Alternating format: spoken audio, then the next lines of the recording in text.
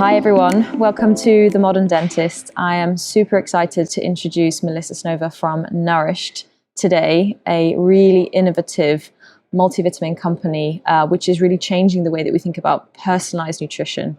Our listeners are clinicians from dental backgrounds and other healthcare backgrounds, and our mission as a podcast is to share new innovation and to get people to meet the founders of really interesting companies that are changing the way that we think about the future of what we do as clinicians. So welcome, Melissa.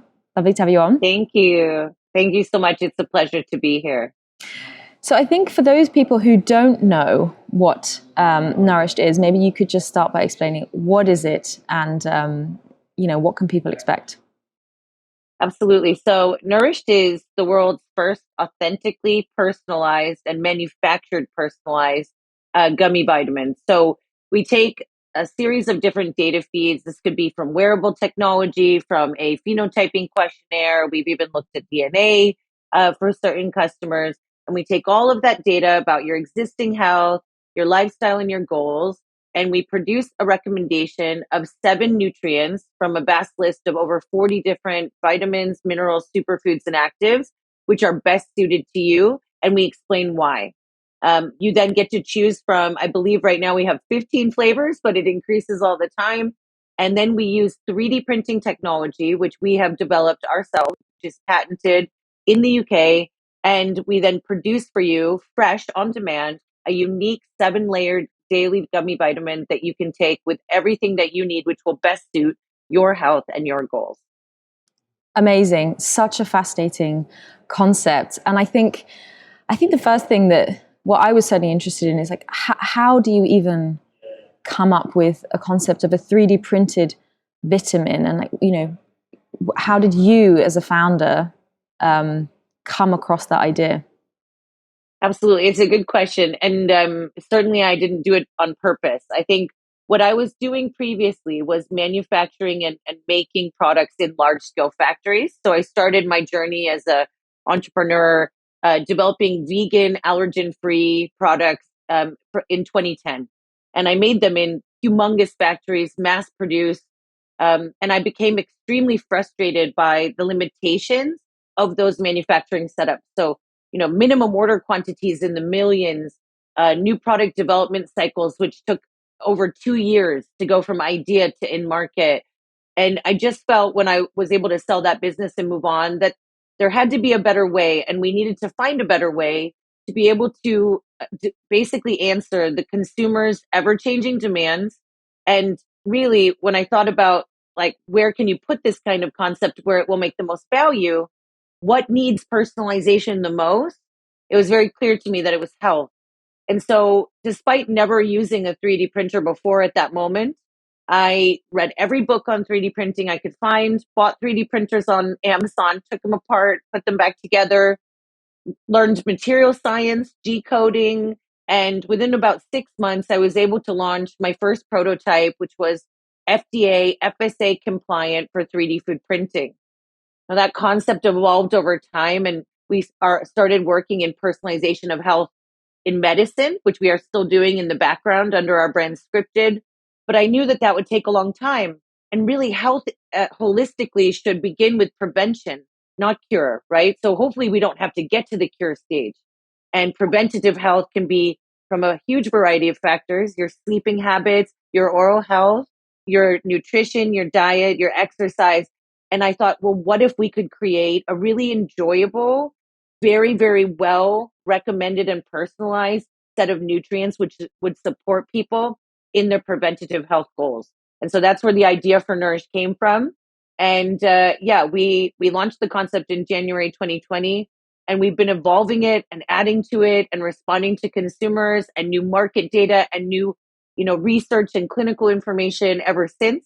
And I'm really happy with what we've done so far.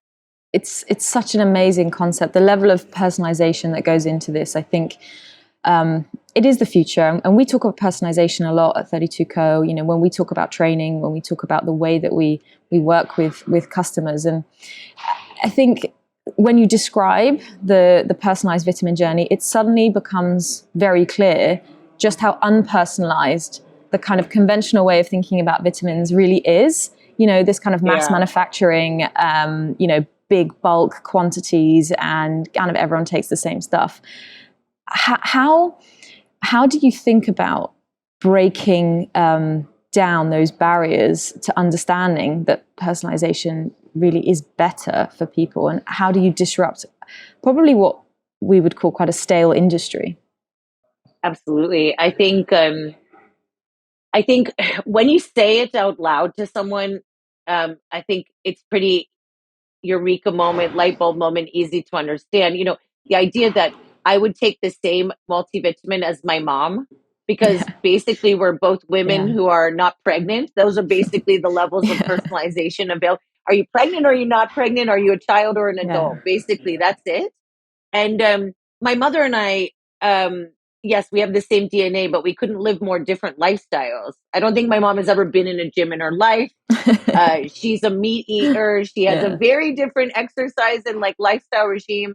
And so the idea that we would have the same multivitamin is insane. The idea that my father and I would take the same dosage of medicine is totally nuts. And so I think when you say that to people out loud, they're like, oh, yeah, obviously that's not Yeah. correct. But I think because there has never been another option, I think people have never really thought about it. And I think even the big manufacturers know that it's better. They just don't have the tools to be able to do it in a scalable way where they can actually offer something that can reach the market in a way that consumers will understand. There's always been personalization, but it was handmade, right? So Yeah. you can get a handmade meal plan. You can get a chef to come and cook you very specific meals. Somebody can make you a personalized, trainer, but it will take a really long time, and most of it will be done by hand. So by integrating 3D printing into the mix, we are really able to create this hybrid opportunity where we can do it with automation. We can do it with, extremely accurate dosage control and really uber personalization. So we can make 60 billion different products today, any 5 minutes. And that is something that has never been possible before. So I think when you say it out loud to consumers, I think they do understand. I just think they've never thought about it because it's never Yeah. been actually an option. And really, that's our mission at Nourished, is really to change the way that people think about and experience nutrition and give them power to take that into their own hands, to create their own product that's Yeah. just for them in a way that's also really enjoyable. Because I think, a lot of your listeners will know about adherence. This is a major issue in all types of care. It's an issue with outpatient medicinal. It's a issue with oral health, and it's an issue with exercise and with vitamins. So if you only take it once, well, it's not going to. You only brush your teeth once. Yeah. That's not good enough. Yeah. You have to do it every day. And so by making the product, into a really enjoyable, tasty product that's also very pretty, making the experience really engaging, and also using it to educate people about their health so that they feel empowered, really seems to be a winning combination. And our adherence rates are like 90+% a day, which is really That's high. And insane. if you can do that, then the benefit, of course, will be higher. Yeah. You're getting what you need, but you're also taking it every day. So that kind of combination has really resulted in, the great reviews that we get, the customer retention that we have, and I think the kind of impact that we're making. Yeah, so much of what you said there really, really resonates when you present a new idea to someone and they're like, "Well, of course I would use that if that was available. I'm just so used to the status quo." And this is something that we deal with every day as well when we're thinking about a new way of helping dentists with their patient care in clear aligners. Is that like, well, yeah, if I could have that, what you're describing, then obviously I would do it. But that hasn't been available. So I've kind of just been going with the status quo, which hasn't really changed for years. It's actually such an interesting theme to talk about. And I will say, on that adherence piece, I'm as guilty as anyone, but we in the office are actually avid consumers of Nourished. And and because they work and they are really delicious. So one thing I will say, for the people who are not actually on video, apologies, but I actually take one every morning. So I actually have one here. But this is what they look like. So Yeah. I didn't really know when it was first described to me what they look like. But when you see them, you're like, okay, so this is like a colorful, tasty, delicious thing that I can take that doesn't feel like taking your medicine every morning. Yeah. Which makes it all that much more fun and enjoyable. And I think you kind of have to do that when you're building a new company. You have to think about what is going to make this interesting and fun, rather than, here's a list of facts around why you should be doing this. Like, how did you think about that when you were first doing this? Well, I think, if you can get people to look forward to doing something that's good for them, that's the ultimate, right? If you get to a point in your exercise where you actually look forward to your run, where you don't feel like it is arduous, where you don't feel like, oh, I have to go running. You feel like, I get to run today. I'm so happy. The weather's beautiful. I'm getting this time for myself. Then it changes the whole way you experience that activity, and it increases your likeliness of doing it on a regular basis. And so by making Nourished really pretty, but also very, very tasty and enjoyable, that's one of the biggest comments we get. I look forward to my stack every day. Um, it's my permissible treat. It makes me feel good that I'm doing something for myself, but I actually really enjoy it. And that is the ultimate win for me, because at the end of the day, people will never, ever do something religiously unless they are afraid or unless they enjoy. Yeah. So if you are afraid that your teeth will fall out, that might be enough to motivate you to brush your teeth every day. And that is oftentimes, the fear factor is one of the ways that we can motivate.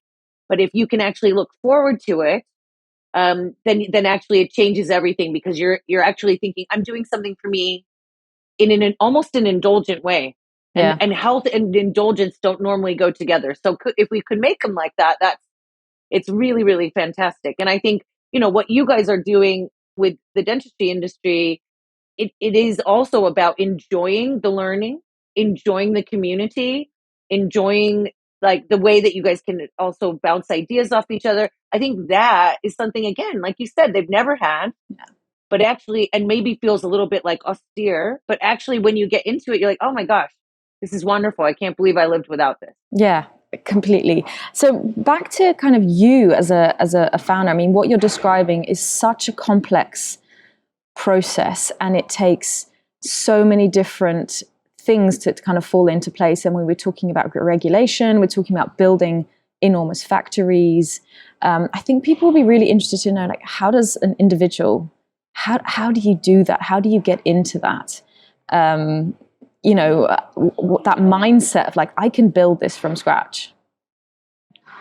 Yeah, I think you're absolutely right. It's very complex, what we do, and I think that's where a lot of people who have tried before have failed. Is that you don't. I started coming from a background of high level, highly regulated, high compliance food, and so when I started to develop this concept, I wasn't just a techie trying to push 3D printing onto an industry. I was coming at it from someone who was really well versed in what you have to do to make food in a compliant way, and I was a nutritionalist as well. And how could we then make this technology into a tool that could also be regulatorily compliant? Because, anybody can 3D print a chocolate smiley face with a paste extruder. I mean, maybe not anybody, but a lot of people could. But the fact of the matter is, could you control the dosage of the chocolate? Could you sell it to someone? And that's when everything changes, is when you want to be able to sell it on, is it has to live up to the FDA regulations, the FSA regulations, the public health regulations. And so, luckily I had that background. So I started from that first. That's a must to have. But, it doesn't happen overnight. One of the things with 3D printing, which is great, is that you can scale up as you go. And I think one of the unique things about our business is that we not only make our product for our customer, but we make our own machines. So we have 2 factories right now. We have a third one we're currently building out. But there's one factory where all they do there is build machinery and innovate for the future. So they do new product development, they build machinery. And so the factory that's making the consumer product will send updates on a daily basis. We have a live dashboard. And when the capacity starts to stretch to a point which is uncomfortable, the technology team gets the message, you need to build 2 more printers. They need to be ready by this day. And we can build a printer in less than a week. Amazing. So this makes us so responsive. And so in contrast to what you would need to be able to do this if you were doing mainstream manufacturing lines cost tens of millions of pounds. They're longer than football fields and they require a humongous amount of space. I think the 3D technology the agility of it, the compactness of it. It's like little mini factories the size of a desk.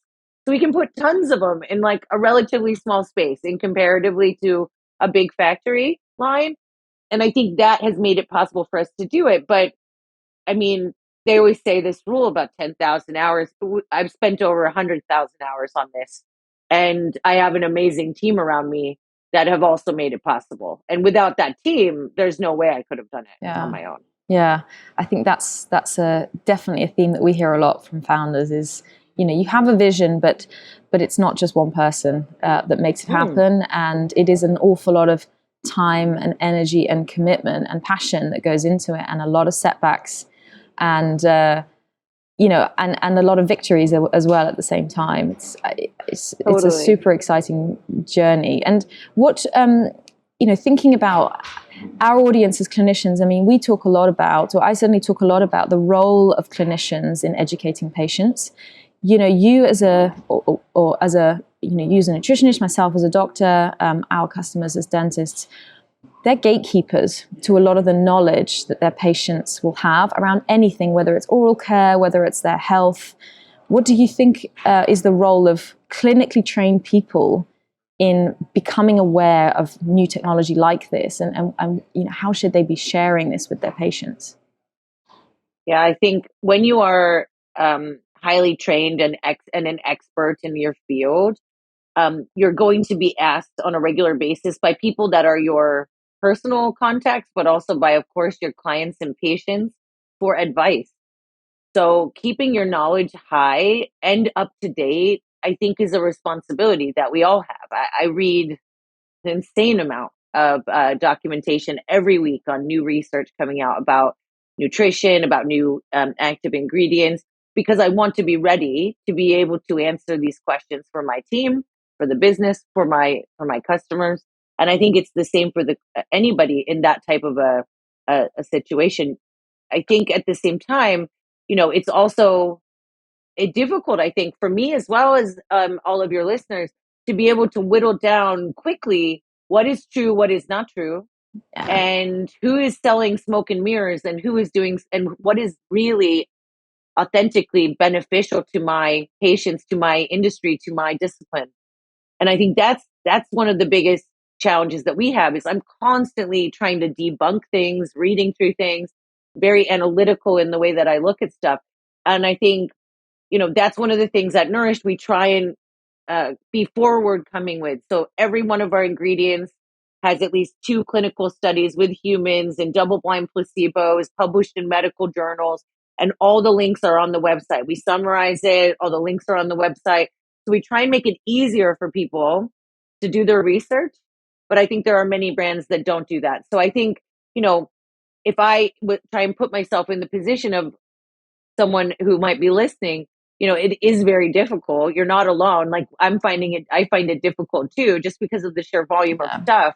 But I think that's one of the things that always fills me with a little like green check in my head when I'm looking through something and they provide all the backup, all the links, peer reviewed. I'm like, yes, okay, this is actually worth looking at. I'm going to keep going. Yeah, completely. Yeah. And we have, you've been working on some really interesting stuff actually, which will really resonate with dentists in particular and the dental team, which is a partnership with Colgate actually. So tell us about that. Yes, that was it's ongoing and it's a wonderful relationship. Basically, Colgate came to us because they're experts in oral health. They're world leaders in oral health, and have a humongous amount of knowledge and expertise in ingredients and combinations of ingredients, which can support the oral microbiome, teeth health, gum health, etc. And I'm sure we're all familiar with Colgate products. But one of the things that they realized was that they were not offering anything in a personalized way, but also that they were not offering anything that went into holistic health, because oral health is part of holistic health, and holistic health is really the intertwinedness of all the different types of health: mental health, oral health, heart health, eye health, etc. And so they came to us and they said, we've got all this expertise. We have some really incredible patented ingredients. Would you guys be able to look and see if you can put this into a product that would be able to offer a level of personalization and a holistic health approach? And so we started working on ways that we could do that. We used several patented ingredients from Colgate in the product. And we worked alongside the scientists at Colgate, the research and development team, in order to develop a range of different products that are specifically going to support the neutralization of acidity in the mouth, that are going to support the natural bacteria in the oral microbiome, and that are going to basically support overall teeth health, enamel health, and gum health. And that product went to market in the middle of last year. It's done extremely well, and it's really exciting and very fun to work with them. They're really a great partner. And now, because of the success of that first step that we've done, we're going to be looking at lots of additional things that we can do in future, including kids range, which I think will add even more value. And I think, it's never going to replace brushing your teeth, and that's super important to say. But when you're out on the go, you can't brush your teeth in the middle of the day. And if we can support people in their oral health while they're on the go in a way that, again, they enjoy, I think that it's adding some value, and I'm super proud of that. It's such an amazing concept, and that interplay between systemic health and oral health was always known, but I think it's becoming much clearer now. Yeah. The link between oral health and heart health was sort of something that was taught decades ago, but it's much more than that. And if you can combine those two into it, it's simple, a little stack that addresses both at the same time. Suddenly when we're talking about really the future of oral health here, and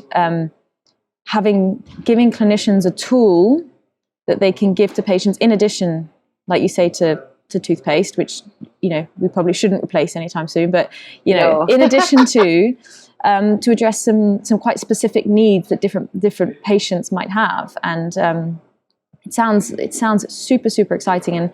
And just for listeners, we are working on a way that we think we can get some samples out to our listeners. So stay tuned for that, because I think it'd be really great for people to try it and people to give feedback on that, not just for themselves, but also for their patients.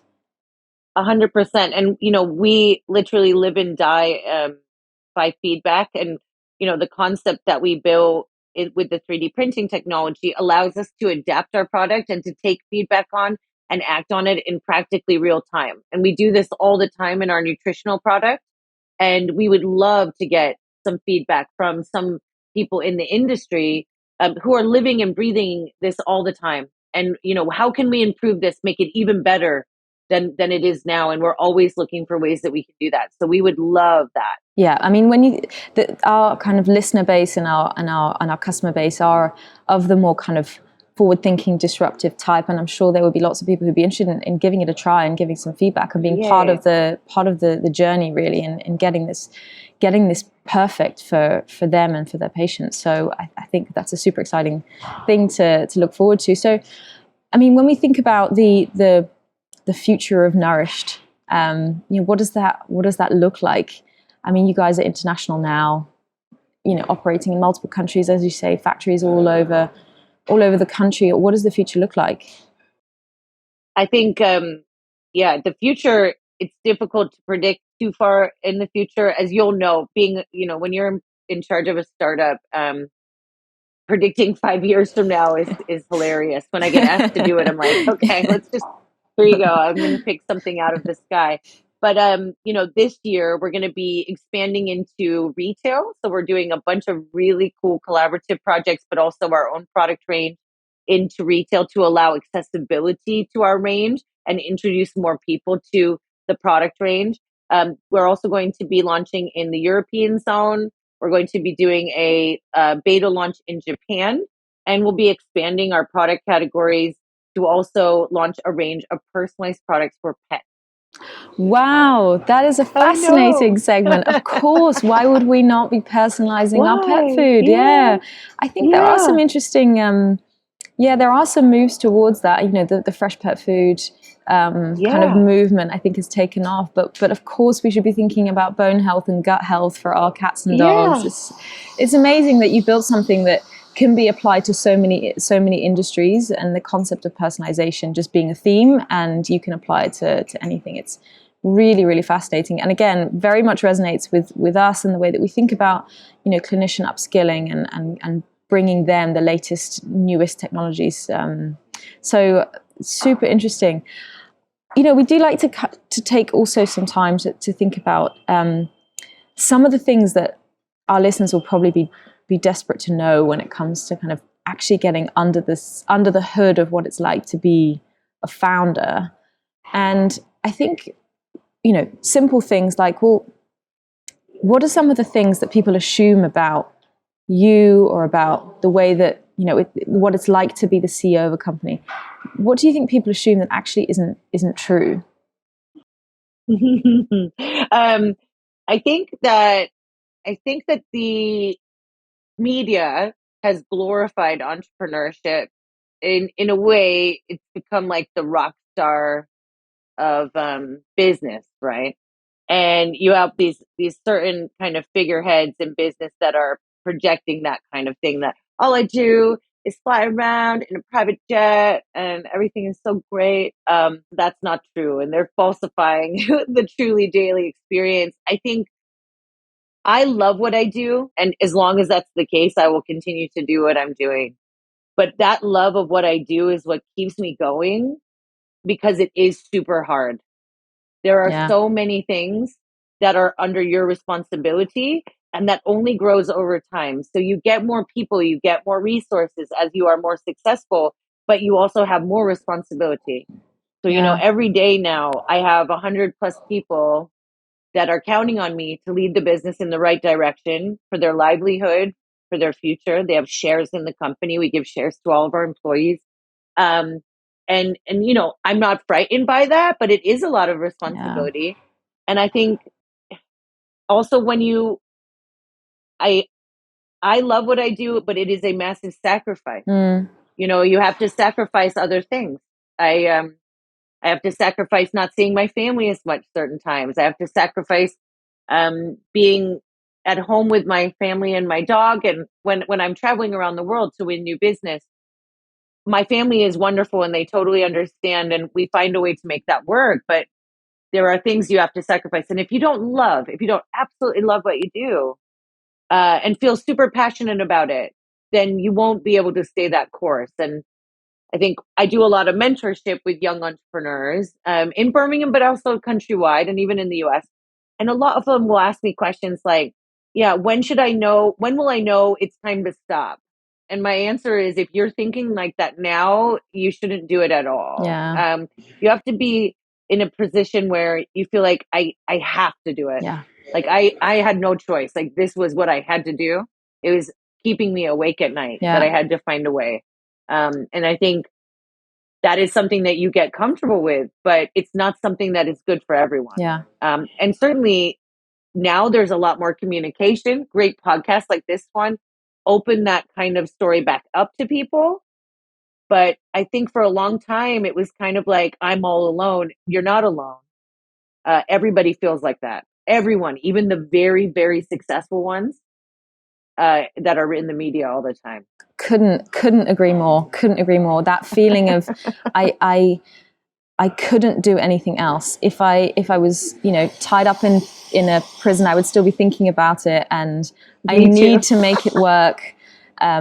That comes with that, that gives you a huge amount of energy, but it also means that you have to give up a lot, and it's Yeah. the glitz and the glam. It might seem like that, but it's early mornings, it's late nights, it's weekends, it's working over Christmas Yeah. again and again and again that help make businesses successful. And I think there are people who will be listening to this who are in dentistry and who may want to look at doing other things. And I think that advice of, look, if you're already talking yourself out of it, then get to the point where you're Yeah. so excited that there's no way that anyone could talk you out of it. You're just going to do this. and you're going to make it work no matter what, I think is really, really good advice. And so I think the other thing that is interesting to talk about when it comes to building companies is, how do you stay sane? Like, what are the things that you can do to counteract that? Because, there are practice owners who own large groups who have the same as you're describing, the same as we have, large numbers of people who depend on them. Like, other than obviously taking care of your health and your nutrition, like what for you keeps you sane? Walking my dog, getting out into nature. You don't have to have a dog, but if you have a dog, it's even better. Even for like 30 minutes walking in nature every morning. I don't bring my phone. I don't think about anything but being in the nature and being with my dog. And that's just, I guess, an example of a wider principle, which is take a break, even if it's a tiny, small break every day, to keep something for you. Because you have to have something that's just for you. I get up at 4 a.m. and everyone thinks I'm psycho, but it's my favorite time of the day because I can have this time for me when it's quiet. I'm not receiving 35 emails every 10 minutes. I can do as I wish. I can spend time how I feel. And it's like a gift I give to myself every day. And that keeps me very sane. I think love the people that you work with. And if you have people working with you that you don't love working with and that you have a gut suspicion are not the right people, don't wait. Make decisions based. My intuition is very strong. I think most entrepreneurs have very strong intuition. I think it's a characteristic that's naturally in a good entrepreneur. Love the people that you work with. And if you love the people you work with, even though you're working 80, 90, 100 hours a week, it's actually quite fun because you're working with people that you really enjoy, respect, and have fun with. My team and we are doing very complex, quite challenging and very stressful stuff, but we laugh a lot. And it's really great to be able to achieve things together, but also to tackle really difficult things together and know that we will get through it because we trust each other and we respect each other. And I think that makes it a lot more fun. You can still do it without that, but it's not as fun.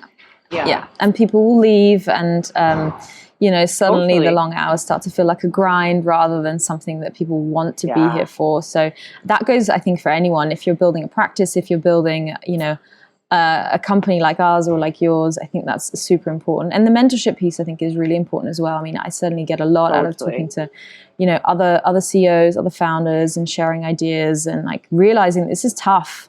And that there are lots of other people out there who are going through the same thing, and that it's not all bravado, and you have to be able to discuss the things that you're finding challenging, because there are people who've been through it and who've solved it, or have not solved it, which is also helpful to know. Like, this is is just tough. Yeah, exactly. Yeah. I think there's one other thing I would say is, if you can, get a coach. When I was first recommended to get a coach, I was like, I don't need a coach. But it was the best thing that I ever did, was to get an executive high growth coach who just specializes in fast growth. How to, as a CEO, to continually reinvent yourself, your entire company every 6 months in fast growth. Really, really difficult. And I get so much value out of it that I've now done it for all of my management team. And we get one-to-ones with individual coaches that are specializing in the areas where we need the most support. And I think all of them would say that it's the best thing that we've done in order to support the team as the business continues to push forward. That's so interesting. I would say exactly the same thing. I have the same. I have a coach and multiple coaches, and for key kind of work streams, we have the same thing. People who can guide you through what are your challenges, what are you thinking about, how can you make this go faster, bigger, better. I think it's such a good piece of advice for people. And I would say, like, if people are thinking about starting a business and want to reach out to me, they're very welcome to. I can put them in touch with people who have helped us, and I think it's such a great bit of advice. Pay it forward, and and everyone benefits at the end of the day.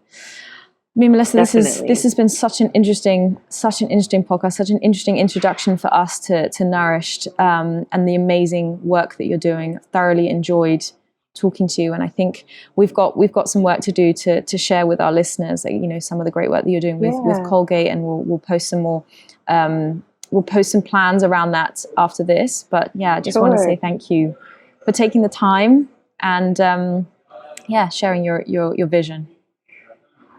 It's been such a pleasure. Thank you so much for having me. And yeah, let's do it again sometime. Great. All right. Thanks, everyone. Great. Thank you. Right. Bye.